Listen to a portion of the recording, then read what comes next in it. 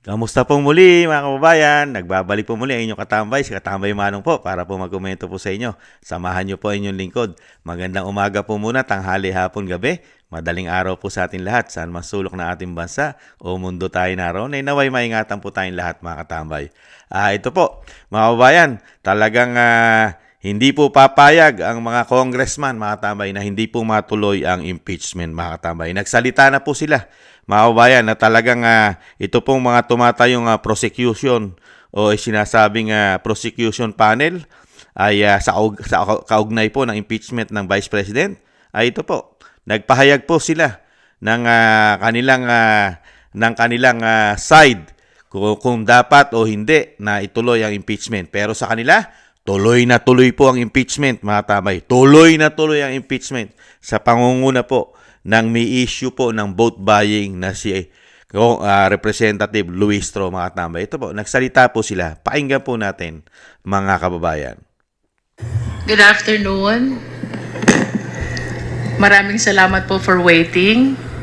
Pasensya na po, I know that all of you waited for this moment when the prosecution panel will finally give their comment to what happened last night in the Senate.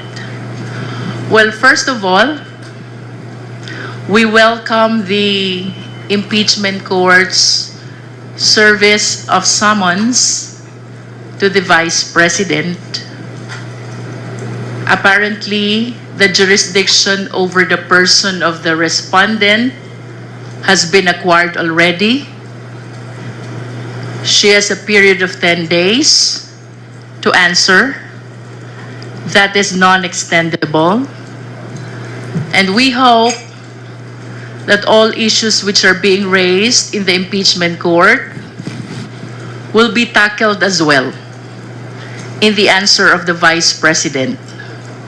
So finally, the people of the Philippines will see from the answer of the Vice President what her defenses are. Isa lamang po ibig sabihin nito, yung pag-acquire po ng jurisdiction ng impeachment court sa ating respondent kay Vice President Sara Zimmerman Duterte, it only shows na tuloy na ang impeachment trial. No one can stop this anymore because jurisdiction has been acquired already by the impeachment court over the person of the respondent. Now, with respect to the action of the Senate last night, the impeachment court requiring us to issue a certification about the compliance with the Constitution with respect to the filing of the impeachment complaint, as well as the second order, and that is for the 20th Congress to confirm whether we will pursue this impeachment complaint.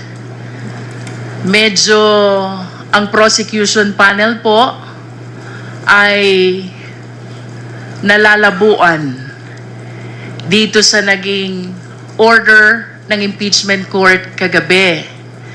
So we resolve to seek the clarification of the impeachment court. With respect to the first order about the certification pertaining to our compliance with the Constitution in filing the impeachment complaint, we maintain our position. Sumunod po kami fully and strictly to the requirements of the Constitution. We did not violate the one-year prohibition rule. With respect to the second order, it is impossible to be complied with because, first of all, 20th Congress doesn't exist yet. Tayo po ay nasa ikalabing siyam na Kongreso pa lamang. Mag-a-adjourn pa po and we will be looking forward na mag-convene naman ang pa-20 Kongreso ng Pilipinas. That will be on July 28, simultaneous with the SONA. I wish to add, nakatanggap po tayo ng liham, or should I say, nakakita ng liham from the social media that the anticipated presentation of the articles of impeachment is canceled.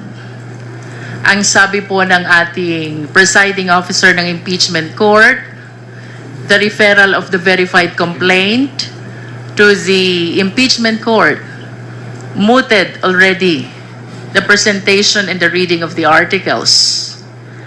This will be part of the clarification that we will be seeking from the impeachment court, sapagkat batid po natin na itong presentation ng articles ay bahagi ng Senate Rules on Impeachment, and we seek the guidance, we seek the enlightenment of the impeachment court.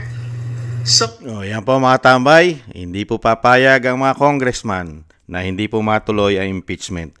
Talagang pinupukol po nila na talagang nasa 19 Congress pa at wala po silang nilabag na mga proseso po ng batas ng impeachment na ginawa po nila sa Vice President. At syempre po, ang Senado po, mga tambay, ayan po, natanggap na po ng Vice President ang summon ng impeachment po ng Vice President, mga tambay. Talagang alam naman po natin lahat sa umpisa pa na puro po ito planado. Di po ba? Scripted, mga tambay. Ang dulo po nito, impeachment pa rin. Di po ba? Papayag po ba itong mga ito? Sila po yung napakaraming karga-arga ng korupsyon di umano ng 3 taon na natuklasan po natin at lalong-lalo po na isang Vice President sa kanila. Halos lahat.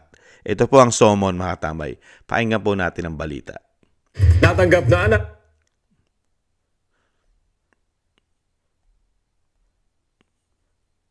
Natanggap na ng Office of the Vice President ang summons ng Senate Impeachment Court kay Vice President Sara Duterte.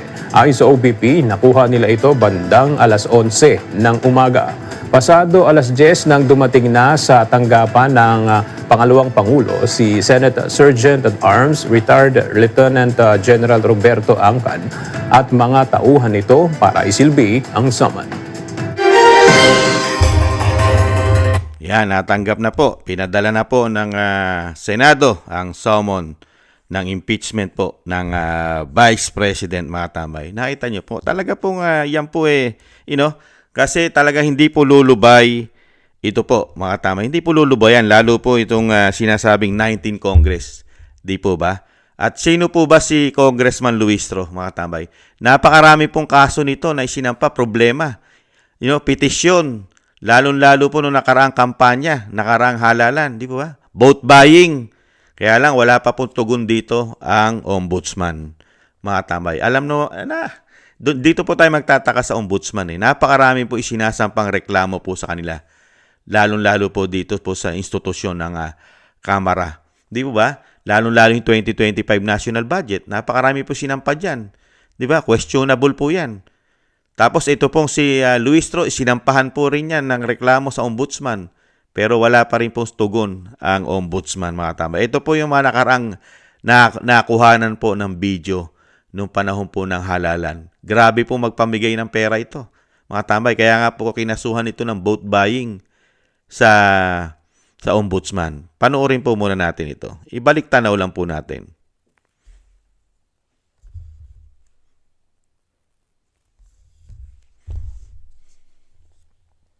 Sorry po sasabihin. Ang trabaho po ng Kongresuhan ay hindi ang pagpapailaw. Ang trabaho po ng Kongresuhan, magsasahan ng batas, magpapatiwali, magpapatiwali ng lahat, kagaya ng pabalong ng Pilipinas doon sa tingin.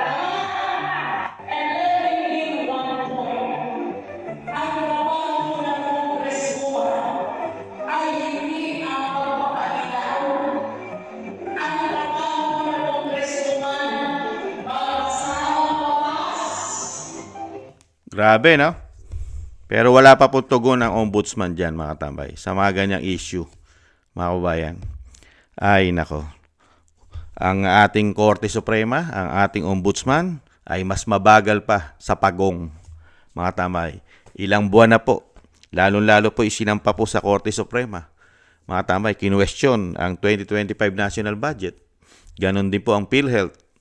Di ba? Ubod ng bagal, mga tambay. At ganon din po ang ombudsman. Magre-retiro na nga po ang ombudsman Martires, mga tambay. Magre-retiro na, pero wala po. Walang aksyon sa mga reklamo po na dapat malaman ng taong bayan. Lalong-lalo po yung ginawa po nilang kidnapping sa dating Pangulong Duterte. Isinampa na rin po na dapat ay kasuhan po ng ombudsman ang ginawa sa dating Pangulong Duterte. Wala pa rin po aksyon hanggang ngayon, mga tambay. Yung 10 araw na sinasabi po ng ombudsman na sagutin ng mga akusado, di ba? Mag-file po ng counter affidavit ang mga ito, di ba? Hanggang ngayon, yung 10 araw, yung mga tambay, ano po nangyari? Naging buwan, naging linggo-linggo na at buwan-buwan na, ilang linggo na at mahigit may 2 buwan na po yata yung 10 araw. Nakakati ng ulo, di po ba? Ganun po kabagal, mga tambay, ang pagtugon sa ating bansa. Mabagal pa sa pagong. Pero pagka po sa pamilya Duterte, mga tambay, instant, antimano, may hustisya na sila. Mga tambay, nakita nyo po, naipatapon na nga Napakabilis ng hustisya pagka pamilya Duterte. Ito po, mga tambay, ibalik na po natin dito sa ginagawa po. Ito, press conference pa po ito. Ito pong mga congressman, lalong-lalo po ito pong bumubuo ng prosecutor panel, mga tama, ito prosecution panel na sa pangunguna po ni Congressman Luistro. Talagang pinanindigan po nila na tuloy at hindi mapipigil ang impeachment ng Vice President, mga tambay. Hindi mapipigil. Lalong-lalo na nasa 19 Congress pa tayo. Di ba? Yan ay kayang-kaya nilang madaliin kung tutusin. Di ba, nung nakarang araw? Di ba? Talagang pinaghahandaan nila hanggang sinasabi nga, hanggang 19 na araw. Di ba? Ay tatapusin nila ang impeachment ng Vice President. Baka nga sa loob lang ng 1 araw, tapos na yan Kung itong mga congressman na ito ang hatol, tapos na yan. Di ba? Dahil nga yan planado na po nila yan di umano. Scripted na po yan. Kaya nga ginastusan nila na isang damukal na pera ng taong bayan yata yan Di ba? Napakaraming umugong-ugong dyan. Pati nga Senadora Amy Marcos, ano sabi? 1 trillion ang pondo sa Vice President sa pagpapatalsik sa pwesto. May katotohanan ba yan? Meron siguro. Dahil wala tayong nakikitang programa sa pera natin. Taon-taon binabudgetan natin ng how many trillions ang pondo po na binibigay natin sa kanila. Ano po ang nakita natin? Yan, flood control. Questionable. Mga proyektong hindi tinuloy ng build ni dating Pangulong Duterte. Ano po ang mga programa? Pagpapatapon sa dahig ng dating Pangulong Duterte. Pag-i-impeach sa Vice President ng ilang taon na. Ginagastusan. Di po ba? Ano pa? Usigin ang mga kaalyado ng dating Pangulong Duterte at Vice President. Pati ang mga nasa social media. Yan ang mga ginagastusan yata nila. Hindi po ang problema ng bansa ang tinutugunan nila. Ganyan po yata sila talaga kawawalang hiya, di umano. Ang kakapal ng mga pagmumukha yata nila. Lalong-lalo ito, nagsasalita pa. Si Luistro, itinago pa raw yata niya ng asawa niyan na may kaso po yata at absuelto na yata. Sa kaso yata ng panggagahasa ba? Di po ba? Itinago, absuelto na ngayon. Ganyan po katitindi itong mga tao na ito. Yan po yung mga mambabatas yan, kung maturingan. Pero nakita niyo po, grabe. Yung trabaho po nila ay gumawa ng batas, pero ang nagiging trabaho po ay magpamigay ng kwarta ng taong bayan na hindi naman nila trabaho. Ganyan po katindi. Yang mga yan, nung sila'y manungkulan ng pagpasok ng 19 Congress na pinagmamalaki nila. Ibang klase, no? Itong mga tao na ito. Talagang hindi po nila lulubayan yan. Hanggat nakaupo po ang tinatawag na tambaluslos ng Vice President, hanggang nakaupo ang tinatawag na may issue ng pulburon at coke, hindi po nila tatantanan ng Vice President. 100% po yan. Yan po ang kanilang achievement. Yan po ang kanilang malaking proyekto na ipagmamalaki nila sa kanilang mga sarili nung sila po'y makabalik sa kapangyarihan. Lahat ng sagabal sa kanilang power at kapangyarihan na hindi na mawala ito sa kanila ay talagang uusigin nila hanggang sa mawala ito, lalong-lalo sa politika. Yan po ang kanilang tinatrabaho. Yan po ang sinasabi nilang better more. Di ba? Kasi si dating Pangulong Duterte, build, build, build. Sila naman, better, better more para sa kanilang mga ambisyon politika. Kaya nga trabaho po ginagawa eh. Nagsama-sama na po ang mga walang hiya, di umano. Makakapal ng muka, di umano. Mga buhaya, di umano. Mga ulupong, mga aso, di umano. Nagsama-sama na para po sa pamilya Duterte. Lalong-lalo po ngayon sa Vice President. Nakatambay. Nakita nyo po? Body language, pinagtatagal para mapagtakpan lahat ang issue na pinaggagawa nila itong 19 Congress ng First Lady na kasama sa akusasyon ng sinasabi ng Vice President na talagang kumukuha at nangungulekta ng pera ng taong bayan. Grabe. At pinamumudmod, di umano, ayon sa Vice President. Pero wala pong investigasyon dyan. Ang mga buhaya, di umano, na mga politiko sa ating bansa. Hindi po nila tututukan yan. Yung malalaking korupsyon nila, lalong-lalo na tinatawag na tambaluslos, ay hindi nila problema yan. Hindi nila tutugunan yan. Walang investigasyon dyan. At lalong-lalo sa mga anomalya, issue ng korupsyon ng Pangulo. Walang impeachment ang Pangulo. Walang nilalabag na korupsyon yan. Pati paglipat sa pera ng PhilHealth. Di po ba? Wala. Walang korupsyon ng Pangulo. Yung pagpirma sa GAA ng mga blanco, 241 billion, ang biglang naisingit daw nila dyan, di umano. Walang impeachment dyan. Wala. Walang anomalya ang Pangulo. Lalong-lalo ang tambaluslos na tinatawag ng Vice President. Wala. Malilinis po mga budhi niyan. Mga tambay. Mga puti. Mga kulay puti yan. Kaloob-looban ng mga tao na yan ay kulay puti. Ganyan po tingin nila sa kanilang mga sarili. Nakita nyo po. Kinakapalan na lang po nila ang mga make-up para po yung kanilang tunay na kulay na balat ay mapagtakpan. Hindi kaya sa make-up na lang dinadaan. Kinakapalan na lang po ang mga pagmumuka gamit yata ang make-up. Hindi kaya? Nagtatanong lang si Kamanong. Yan po, proud na proud po yan. Proud na proud po ang grupo po niyan. Lalong-lalo po yung mga kaalyado niyan. Nagsama-sama na po yung sinasabi natin mga lahat po ng mga walang hiya, di umano. Masasama, di umano. Ay nagsama-sama na po dito po sa pagpasok ng binagoong Pilipinas. Wala na pong oposisyon ngayon. Magkakasama na po sila. Di po ba?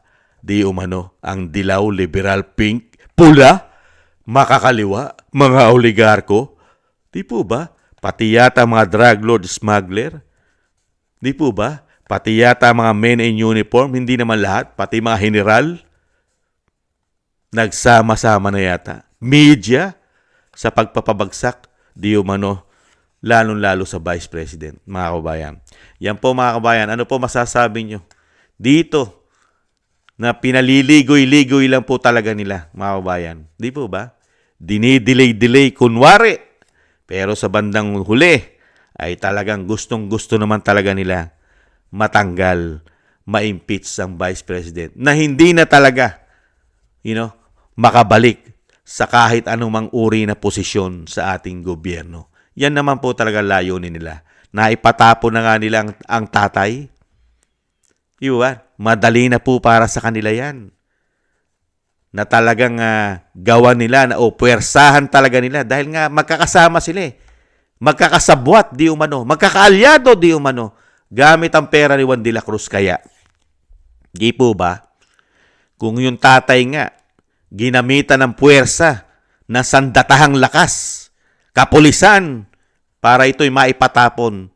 Dito naman po sa Vice President, ginagamitan yata ng puwersa ng institusyon ng Senado at ng Kongreso. Hindi kaya kasama ang pera ni Juan de la Cruz? Hindi kaya. Grabe, no? Yung sinasabi ko nga paulit-ulit, talaga naman po hindi tayo makakakuha ng kapayapaan. Wala po tayong makukuhang magandang panunungkulan nila. Dahil dito lang po nila tayo dinala. Yung panunungkulan nila, puro pamumulitika. Pagpapabagsak sa pamilya Duterte. Ganyan po sila kaganid, kagreedy, kaswapang, di umano. Hindi po ba? Mga kabayan, nakakalungkot, ano? Hindi pa pumapasok ang 20 Congress, talagang hindi po nila to lulubayan. Dahil mismo sinasabi ng isang Luistro, matagal pa at meron pa silang panahon na maipatapon o maipabagsak ang Vice President hanggang hindi pa pumapasok at hindi pa nag-uumpisa ang 20 Congress dahil ito raw po'y magsisimula pa sa SONA pagkasona, mga kababayan. Kaya mahaba pa ang oras nila. Kaya ito po ay hindi po nila, hindi po sila papayag na hindi matupad ang kanilang mga plano dahil isang damukal na pera na po ang kanila pong nakuha yata dyan. Hindi kaya, mga kababayan, talaga pong, ganyan naman po talaga, di po ba? Yung mga greedy, yung mga swapang, ganid, talaga pong lahat po gagawin yan.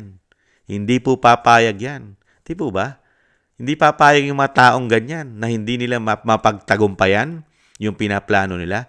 Lahat halos, lalo pa ngayon. Yung ginagawa nila, hindi naman nila pera ang ginagamit, pera ng taong bayan. Hindi ba nila gagawin yan? Hindi naman nila pera ang ginagamit. Di po ba? Kaya mo magpabagsak ng kahit sino mang malalakas na kalaban mo dahil meron kang pera na ginagamit na hindi naman sa'yo. Napakadali mong ubusin dahil hindi mo naman pera ang ginagamit mo sa iyong ambisyon. Di umano. Hindi po ba? Pera ng taong bayan. Hindi po ba? Pakapalan na nga lang ng muka. Di po ba? Nakita niyo po yung ginawa sa atin? Pati sa COMELEC nung halalan, napakaraming issue na sila ay hindi mo makikita at walang chance na manalo. Pero nanalo. Hindi po ba? Napakaraming question. Ibang klase po. Dahil nga po, pera na po ang labanan ngayon. Nung pumasok po ang binagoong ang Pilipinas, puro pera na po. Hindi na po tayo makakita ng tamang proseso, tamang paggamit, batas na dapat masunod sa ating lipunan, sa ating bansa. Hindi na po. Nung pumasok po yata sila, hindi na uso ang batas-batas, mga kabayan. Pagka sila ang uusigin mo, kailangan ng proseso ng batas. Pero pagka sila ang uusig, hindi na kailangan ng proseso ng batas. Sila na yung batas. Di kaya? Yan po mga tambay. Yan po ang pinagpipilitan po ng mga congressman, lalong-lalo sa panguna ni Representative Luistro ng Batangas, mga tambay. Talagang tuloy na at walang makakapigil sa impeachment ng Vice President. At natanggap na rin naman ng Office of the Vice President ang summon po ng kanyang impeachment. Talaga pong tuloy nga naman. Kasi nakatanggap na At talagang planado naman talaga yan. Kaya yung sinasabi nga. Tingnan na lang po natin. Kasi yung sinasabi nga po natin, pera-pera po kasi yata yan tingnan po natin. Hindi po. Kasi mayroon pong umugong dyan, di ba? Sa mga pumirma sa congressman. Sa kanilang mga opisina. Napakalaking pera. Dito naman kaya, Kasi hindi pa tapos ang 19th Congress. Di po ba? At gigil na gigil po dyan, lalong-lalo si Risa Hontiveros at si Coco at si Senador Coco Pimentel. Di po ba? Gigil na gigil sa impeachment. Ang tanong, how much kaya, mga tambay, ang pinangako, ang ipinangako? Dahil sanay na sanay pong ubusin nila yata ang pera ng taong bayan. Nakakalungkot. Muli po mga tambay, maraming salamat po sa nakagusto po ng ating Tambayang Makabayan. Maraming salamat po sa inyo mga kababayan. At thank you po sa mga subscribers po natin. Maraming salamat po sa inyo mga kababayan. At thank you rin po sa mga nagbibigay po ng tulong at biyaya sa inyong lingkod. Shoutout po Kingston 123 ng Hong Kong, Eric Hershio ng Canada, Jake Yahoo 4531 ng Maisog, California, USA, Gina Ray Solid DDS ng Berlin, Germany, Julieta Celona ng Sydney, Australia, Baby Roman, Ate Isa ng Cagayan, si Jem Aris ng United Arab Emirates, Jobilin Watanabe ng Japan, ako si Pilam, Ani Joe, Teodorico Erguisa Jr., si Arpel Villacorta, Wills Bubbles 5697, si Rosalina RK Team 888, si Michelle Yamaguchi Vlog. Maraming salamat po sa inyo mga kababayan. Thank you po. Ingatan nawa po. At syempre po yung dasal at panalangin po natin. Huwag po natin kalimutan na hindi po natin isama. Isama po natin sa mga panalangin na maingatan po ang pamilya Duterte at makabalik po sa lalong mabilis sa ating bansa ang dating Pangulong Duterte. At muli po mga tambay, magpapaalam po muli muna ang inyong katambay. Sa muli po, ingat-ingat po tayo mga kabayan. Paalam po. Bye-bye.